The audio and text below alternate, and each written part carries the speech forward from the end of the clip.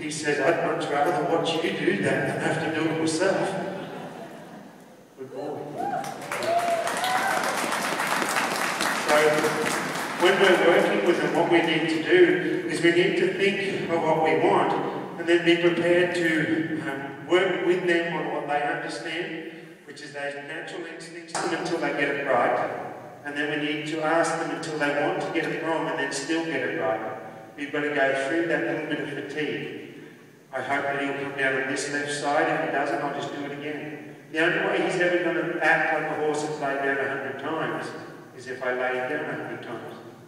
All I'm looking for today is for him to come up a little slower in his sit-up. When he wears a bridle, I can sit him up really nice. But I don't want him to wear a bridle in the show. I want him to be a finished horse.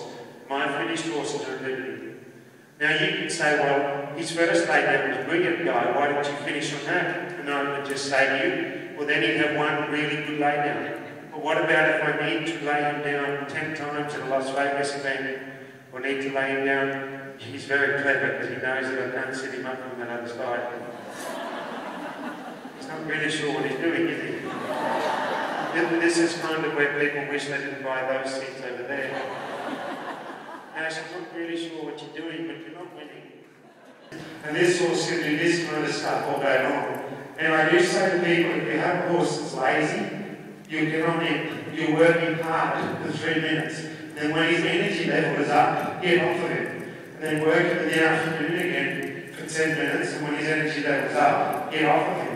That's what you do with a horse like Ozzy. But when you have a horse like this, and you work him for 3 minutes, and get his energy levels up, and then you get off of him, then when you canter him on the spot, he becomes like a machine. So he needs to stay in this a little longer.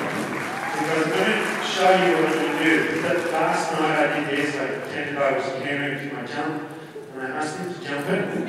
I cantered to my next jump. By the second one he starts to get a little bit lifty on his own. So I'm just going to say we're not doing the routine. The only routine is stay with me. I wish I'd done some more exercises before this. Stand up. I'm going to jump. Because last night he ran and leapt, and I actually felt that if I pulled on him, I might have pulled him down. So even though he's highly trained, I still have to be aware of what I do with him. So this time I'm going to jump him forward, so it stays up in the body. So those of you who are working on cantering a horse on the spot and leaving in place like this, this will be very valuable for you. So I just get him to stay completely between my legs. And people say, what are you doing to make me do this? Seriously? I'm thinking, Ken. This horse will not let me put my calves on him.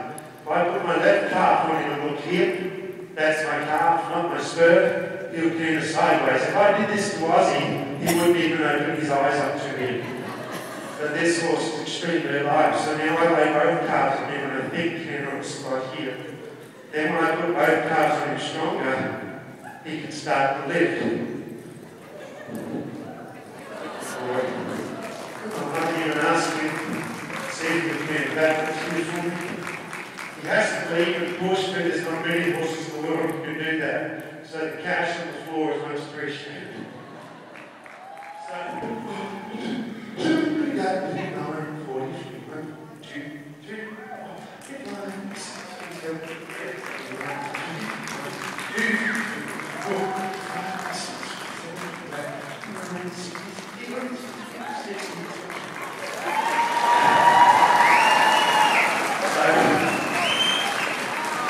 They rode the horse only 100 because no one told me that horse could do 100. So sometimes we've got to be careful what we listen to because there's a lot of people that want to tell you things about horses that can and can't be done. I've had people watch me canter this horse up backwards. And they come up to me and said, you can't do that, a horse can't canter backwards. I said, well, what was I riding? He wasn't an antelope. Did you not see him do it? I've had people say, you should not ride a young horse on the first day and canter perfect circles, laps reflex. I said, did you not see me do it 2 days ago? The great thing about growing up where I was, my dad didn't teach us a lot about horses, but he never told us that we couldn't do anything. He never told us, never put any limitations on us. And that's great